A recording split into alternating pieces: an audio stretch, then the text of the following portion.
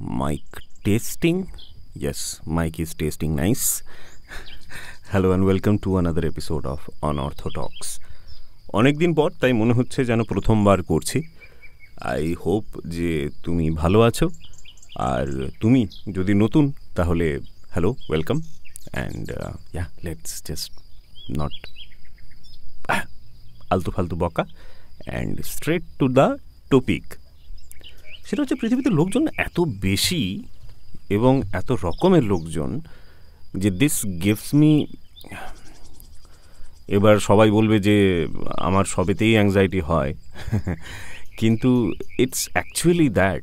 আমি যখন মাঝে মধ্যে নিজেকে ফেসবুকে বা ইউটিউবে বা ইনস্টাগ্রামে হারিয়ে যেতে দেখি, ট্রেনে, বাসে, কলকাতায়, বর্ধমানে, সিউড়িতে, অন্ডালে, রাস্তাঘাটে, সব জায়গায় দেখি যখন মানুষ কিলবিল করছে, তখন নিজের জীবনটাকেও ইম্পর্ট্যান্ট মনে হয় না। আবার একই সাথে নিজের কোনো কিছু ক্রিয়েশনকে, নিজের কোনো হবিকে, সব কিছুকেই মিনিংলেস বলে মনে হতে থাকে। আমি দেখেছি আমার যখন এই যে ফেসবুকের এই যে স্ক্রোলের কথা বললাম, তো whenever I am actually always looking at the world in from the point of view of a creator. I've always thought of myself as a creative person.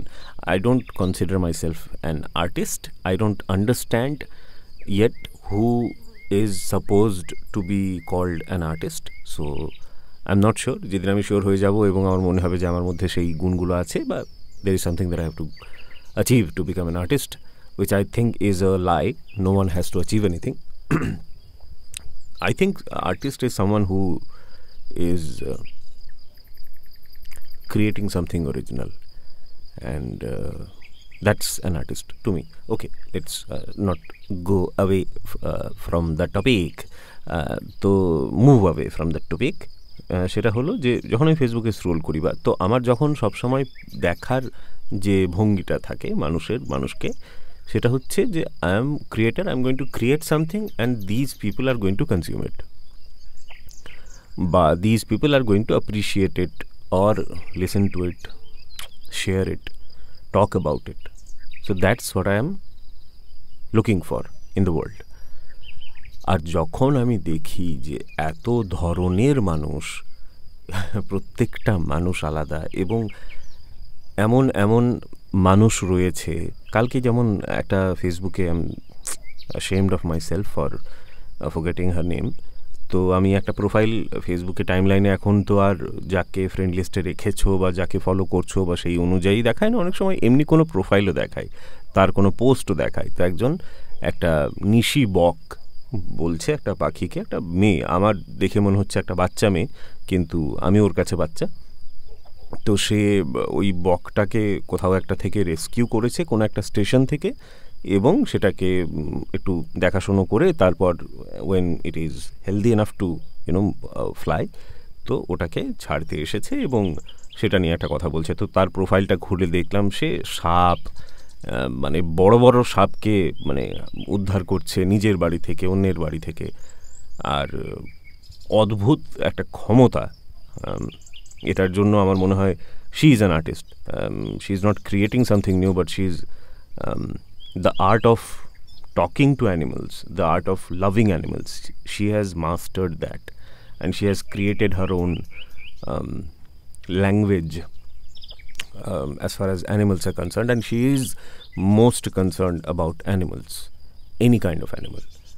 So এটা একটা অদ্ভুত লাগলো আমার। তো এই ধরনের যে এত মানুষ রয়েছে, এর মাঝে আমার প্রয়োজনটা কি, এটা আমি খুঁজে পাই না।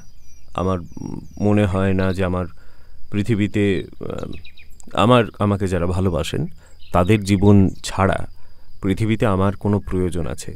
এবার আমি যদি তাদের জীবনে না আসতাম, তাহলে তাদের জীবনেও আমার প্রয়োজন থাকতো না, that is another topic. But এই যে impossible numbers of people, this overwhelms me a lot. আর আমার কোনো কিছুর মোটিভেশন এটা কখনোই হয় না যে আমি লক্ষ লক্ষ কোটি কোটি মানুষের কাছে জনপ্রিয় হব, যেরকম আমি এখন রিসেন্টলি সৌভাগ্য হয়েছে আমার কাজ করার মিস্টার মীর আফসার আলী, মীর স্যার আমার উস্তাদ, ওনার সঙ্গে। তো he is loved by millions, if not billions maybe, but at least crores of people, and people know him, and he has achieved, he keeps on creating something new, and he has done so much. I don't want to achieve so much, I can't handle so much achievement, I know that. কিন্তু এই যে ছোট্ট মতো একটা পৃথিবী বানানো নিজের, সেইটা যেন আমার মনে হচ্ছে নেই, এক্সিস্টই করছে না। পৃথিবী ছোট নেই, পৃথিবী শুধু বড় আছে। এটা মিথ্যে কথা, পৃথিবী ছোট অ্যাকচুয়ালি, পৃথিবী অনেক ছোট ছোট পৃথিবীতে আমরা থাকি। তোমার পৃথিবী আলাদা, আমারটাও আলাদা। বাট যখনই আমি সোশ্যাল কোনো নেটওয়ার্কিং প্ল্যাটফর্মে আমার যে ফ্রেন্ড লিস্ট, আমার যে সাবস্ক্রিপশন লিস্ট, তার বাইরে যখন তাকাই, তখন মনে হয় যে আমি একটা ভ্রান্ত পৃথিবীতে আছি। সেটা সত্যি নয় অন্ততপক্ষে। আমাকে আমার জন্য ইন্টারনেট একটা পৃথিবী তৈরি করে দিয়েছে। Internet, yes. আমি সেদিন ট্রেনে করে কলকাতা যাচ্ছিলাম, তো আমার পাশে একজন একটা কম বয়স্ক ছেলেই, আমার থেকে ছোটই হবে, সবাই আজকাল আমার থেকে ছোট দেখছি, তাতে কোনো অসুবিধে নেই, কিন্তু আমার থেকে ছোটই হবে। তো সে দেখলাম ইউটিউবে একটা চ্যানেল খুলে একটা ভিডিও দেখছে। তো সেখানে রয়েছে যে মোটা লোহার পাইপ যেগুলো হয়, হ্যাঁ, লোহার পাইপ হয় বা যাই হয় ওটা মেটেরিয়াল, তো সেইটা কিভাবে বানানো হয় সেইটা দেখছে। এবং একজন কারিগর, তিনি দেখাচ্ছেন কিভাবে কাটা হয়, কিভাবে বাঁকাতে হয় না বাঁকাতে হয়, কোনটা তোমরা ঠিক মনে করো, আর আমি তো বাঁকাতে বলে এসেছি।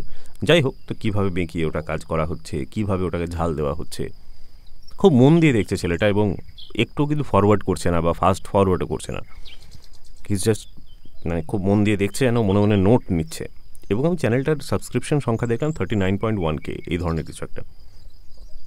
তো আমি অবাক হয়ে গেলাম যে 39,000 মানুষ আছে এরকম, যারা ওই ধরনের ভিডিও দেখতে পছন্দ করে, যারা ওই কাজের সঙ্গে হয় যুক্ত, বা somehow they have the hobby, or somehow that channel gives them information about many other things. তার সামনে আমার 570টা ছোট লাগছে এটা নয়, বাট আমার মনে হচ্ছে যে I am not doing anything that is changing, that is giving you or anyone that listen to me, আমি তো ভয়েস অ্যাক্টিং করি, এবং আমার মনে হয় যে আমি আমার যে পোটেনশিয়াল তার 10% হয়তো করে দেখাতে পারি।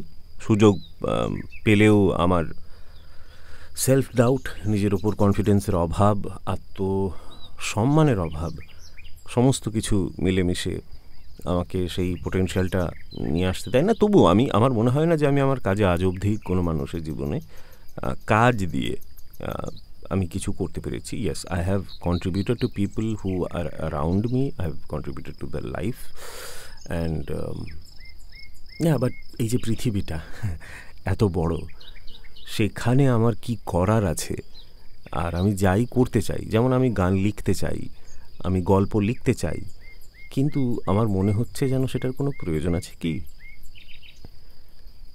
একটা খুব ইন্টারেস্টিং থিওরি আমি অল্প কিছুটা পড়লাম, তারপর আবার মাথাতে এলো এবং আমার চিন্তাভাবনাকে কিছুটা রিশেপ করলো। সেটা শেয়ার করে আমি আজকে কেটে নেব। সেটা হচ্ছে যে এই যে এআই, আজকের দিনে আমরা ইমেলস লিখছি না, আমরা কখনো কখনো মেসেজও এআইকে দিয়ে লেখাচ্ছি, রিসার্চ করাচ্ছি, সব কিছু, কারণ এটা ফ্রিতে অ্যাভেলেবল। যেমন জিও প্রথমে ফ্রিতে অ্যাভেলেবল ছিল, and then it started charging, and now it's charging a lot. তো I think, and that theory actually was about যে this is a business, and it's not going to be free. It is just making us incapable of researching, of writing, of creating. So, এই যে অভ্যেসটা আমাদের তৈরি হচ্ছে, এটাকেই monetize করা হবে, এবং তখন এআই চার্জ করবে এবং এতটাই চার্জ করবে আর আমরা বাধ্য হব সেই টাকাটা দিতে। তখন আবার যারা লিখতে জানে, যারা ছবি আঁকতে জানে, যারা সত্যিই ক্রিয়েট করতে জানে, তাদের দাম আবার ফিরে পাওয়া যাবে। তো if you are one of them who has lost a lot of job, a lot of work because of AI, please do not forget your art. Okay, the world is going to need you and they're going to beg for you. Hold on to your art. আমি খুঁজে বেড়াচ্ছি what is my art, what can I create actually that has a lasting effect, that has potential to touch people, change people. I'm looking for that, and I'll keep searching. Thank you so much for listening.